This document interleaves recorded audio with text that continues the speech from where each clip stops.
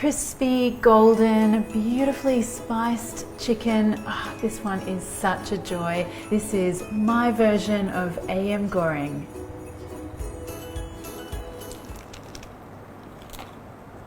Yeah. So good. Okay friends, if you are a fan of fried chicken, and you know I am, you need to try this version, which is hugely popular in Indonesia and Malaysia.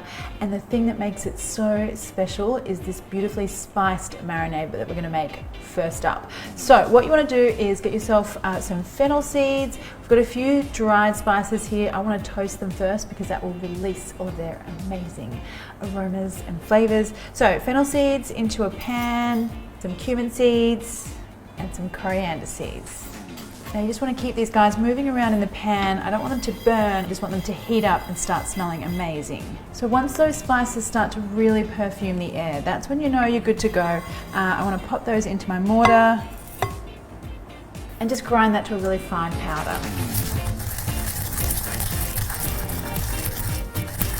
So this is the kind of texture that you want, and oh my goodness, those spices smell so good already. Just pop those into a bowl for later. And now onto the rest of the spice paste. So I want to start off with some shallots. These are the red Asian shallots. You could also use French eschalots if they're easier to find in your area. And some garlic, some ginger, and now some galangal. So that's this guy here, that's peeled and like roughly chopped. This is what your galangal looks like. It's got like a pink sort of papery skin. It sort of looks like ginger, but it's not. It has like a much more of a, almost like a pine wood kind of citrusy smell than ginger does. So look, if you can't get a hold of this one, just leave it out. If you can, it really is worth adding though. And then one more beautiful aromatic here. I want some lemongrass. Just want to give that a bit of a bruise. And then the first few layers are always a bit tough, so I like to take those out and then finally slice. And then a really good pinch of salt here. And now pound that to a rough paste.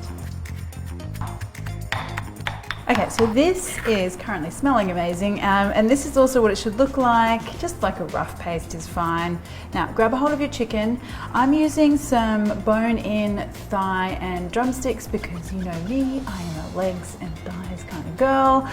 You could use whatever pieces that you like. Just put that paste on top. Now, throw over that spice mix you made earlier. And I want some turmeric here as well. This is going to give us a really lovely golden colour on our chicken and give that a really good mix.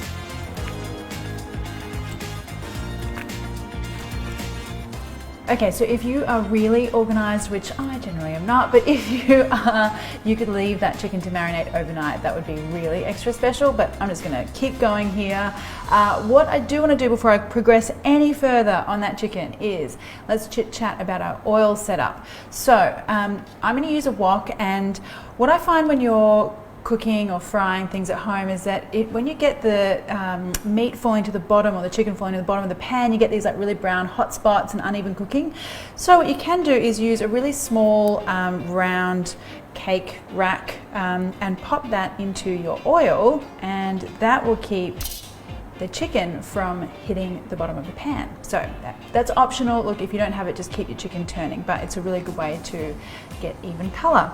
Now back to the chicken. I want to do this at the last minute because I want the batter will start to get really thick the longer it sits. That's okay, just add a little bit of water if it starts to look really thick, but I just like to do it before I start frying. Now make sure your oil is hot first of all. Grab a wooden spoon, pop that in, and I want some nice furious little bubbles here. Okay, that's looking good. Now let's get onto the chicken. So I want an egg,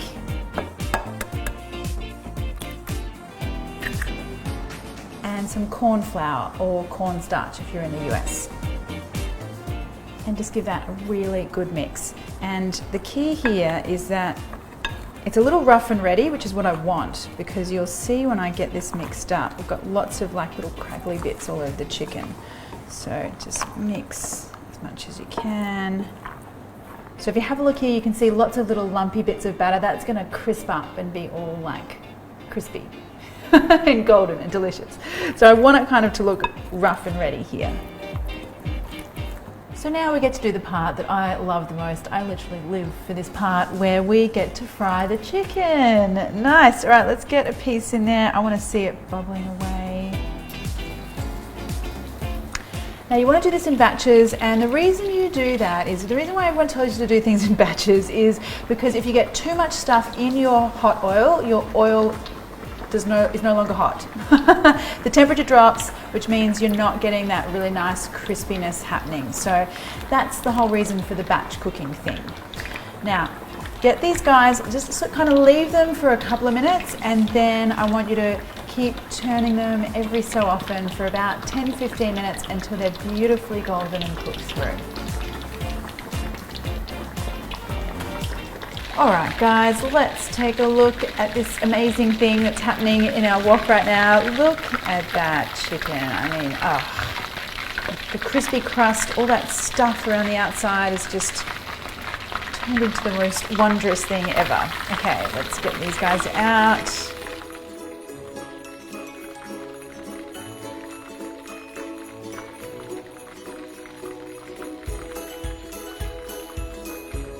Now you definitely want to hit that chicken with a little bit of extra salt as well.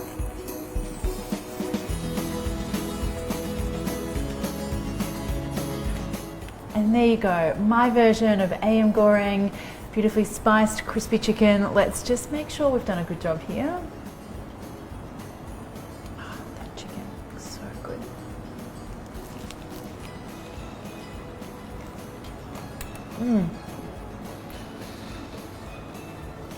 You know, good fried chicken just really is such a joy. This one in particular, because you've got all those beautiful aromatics, plus the spices, plus that like crispy texture. Yeah. So good. Yum.